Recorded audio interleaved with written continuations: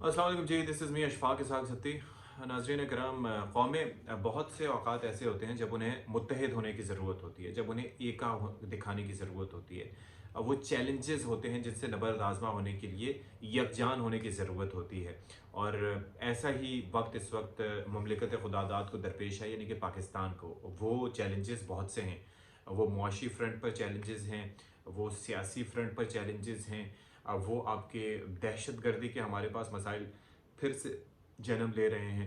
तो ये एक ऐसा वक्त है कि जब हमें तफरक़े में नहीं पड़ना, जब हमें एक साथ आगे बढ़ना है। और आपको पता है कि जब ऐसी सिचुएशन होती है कि जब मुल्क में कारोबार ज़िंदगी चलाने के लिए पैसे ना हों हुकूमतों के पास, जब उनके बैलेंस ऑफ पेमेंट का क्राइसिस हो, तो ऐसे में फिर यह होता है कि दूसरी रियासतें जो आपकी वजूद की दुश्मन हों, जिसमें भारत शामिल है, जिसमें इसराइल शामिल है, तो ये रियासतें आपको तरने वाले के तौर पर देखती हैं।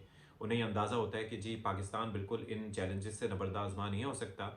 और ऐसे में आप उनके खिलाफ कोई मुहिम जोई भी कर सकते हैं, या उनको मतलब आपको अभी याद होगा कि भारत ने अभी हाल ही में अपने यौम जमहूरिया से ज़रा पहले एक फॉल्स फ्लैग ऑपरेशन का ड्रामा करने की कोशिश की थी और पाकिस्तान ने उनके किरदारों को पकड़ लिया था। यानी कि आप देखें कि एक जानिब वो मामला है, दूसरा अफ़गानिस्तान भी हमारा कोई सगा नहीं रहा। अफ़गानिस्तान के साथ हमने जितना अच्छा सलूक रवा रखा, और आपको याद होगा कि जब नेटो फोर्सेस वहाँ पर मौजूद थी, आईएसएफ की फोर्सेस वहाँ पर मौजूद थी, उसके साथ साथ अमरीकी फोर्सेस वहाँ पर मौजूद थी, उस वक्त भी उनकी तरफ से बॉर्डर पर 100 के करीब चेक पोस्टें थी, हमारी तरफ से 1000 के करीब चेक पोस्टें थी। और इतना कम्प्लेक्स और इतना तवील बॉर्डर है, लेकिन पाकिस्तान फिर भी अपना किरदार अदा करता रहा उस बॉर्डर मैनेजमेंट के हवाले से। अब सिलसिला क्या है? अब ये है कि पाकिस्तान ने अमरीकी अफवाज के इनखला में उससे पहले तालिबान के साथ मुज़ाकरात में बड़ा अहम किरदार अदा किया। लेकिन अब ये है कि पाकिस्तान में जो दहशतगर्दी के बीज बोए जा रहे हैं, पाकिस्तान में जो अभी ये पुलिस लाइन पेशावर में जो होने वाला वाक़या है, जिसने सबको हिला कर रख दिया है, जिसके नतीजे में 100 से ज़ायद अफराद अपनी ज़िंदगी की बाजी हार गए, उनमें बेशतर पुलिस एहलकार शामिल थे।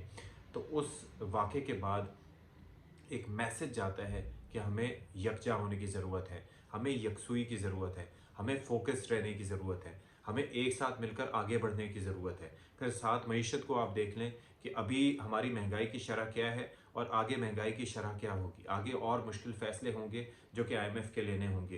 तो ऐसे में क्या करने की ज़रूरत है? ऐसे में हमें साथ मिलना है। वज़ीर आज़म शहबाज शरीफ साहब ने इसी नौइयत का एक फ़ैसला किया कि एक मंगल को, यानी कि 7 फरवरी को, एक ऑल पार्टीज़ कॉन्फ्रेंस उन्होंने बुलाई है। उस ऑल पार्टीज़ कॉन्फ्रेंस में तमाम सियासी जमातों के रहनुमाओं को उन्होंने शिरकत करने की दावत दी है। उसमें इमरान खान साहब को भी बुलाया गया, जो कि बहुत खुशाइंद है। लेकिन अभी अभी जो हमारे पास खबर मौसूल हुई है वो ये है, असद उमर साहब ने बताया है कि इमरान खान साहब उस एपीसी में, यानी कि ऑल पार्टीज़ कॉन्फ्रेंस में शिरकत नहीं करेंगे।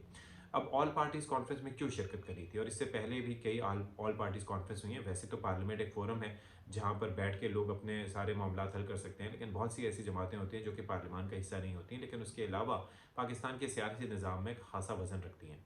पाकिस्तान तहरीक इंसाफ तो एहतजाजन बाहर गई थी, फिर उसके बाद उन्होंने दोबारा अभी असम्बली में जाने की कोशिश की, तो उस कोशिश को पीडीएम ने नाकाम बना दिया। अब वो फिर से मुज़ाकरात करना चाह रहे हैं, तो ये थोड़ा सा खिचड़ी सी है।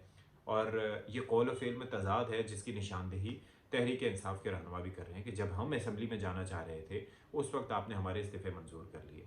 अब आप चाह रहे हैं कि हम ऑल पार्टीज़ कॉन्फ्रेंस में आएँ, तो ऐसा हो नहीं सकता। लेकिन या तो ज़ाती मफादात को देखा जाए, सियासी मफादात को देखा जाए, या फिर मुल्क के मफाद को देखा जाए, ये अभी सोचना होगा। फिर दूसरी चीज़ ये है कि अगर हुकूमत भी इस मामले में संजीदा है, तो आप देखिए कि पहले जनाब किस तरीके से फवाद चौधरी साहब को गिरफ़्तार किया गया, फिर उसके बाद शेख रशीद अहमद को गिरफ़्तार किया गया, फिर अभी और भी इस तरह की बाज़गश्त हैं कि और भी सियासी गिरफ़्तारियाँ होंगी। शहबाज़ गिल का वाक़या सबके सामने है, आज़म स्वाति साहब का वाक़या सबके सामने है। तो ऐसे वाक़यात के होते हुए फिर खान साहब की गिरफ़्तारी के हवाले से भी बातें की जा रही थी कि ऐसा हो सकता है, मुमकिनात में से है। तो ऐसे एक जानिब आप उनको थ्रेट कर रहे हैं, दूसरी जानिब आप उनसे कह रहे हैं कि हम बात करना चाह रहे हैं।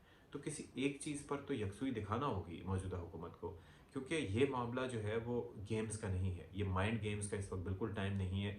ये वक्त है मिलकर आगे बढ़ने का और मुल्क को इस गर्दाब से निकालने का। यानी कि जो भी फैसले आपने करने हैं, सही मायनों में वो करें।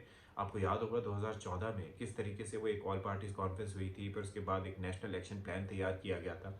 लेकिन लगता है कि हमारी हुकूमतें उस प्लान के डगर से हट गई, जिसकी वजह से आज ये खुमियाजा हमें भुगतना पड़ रहा है।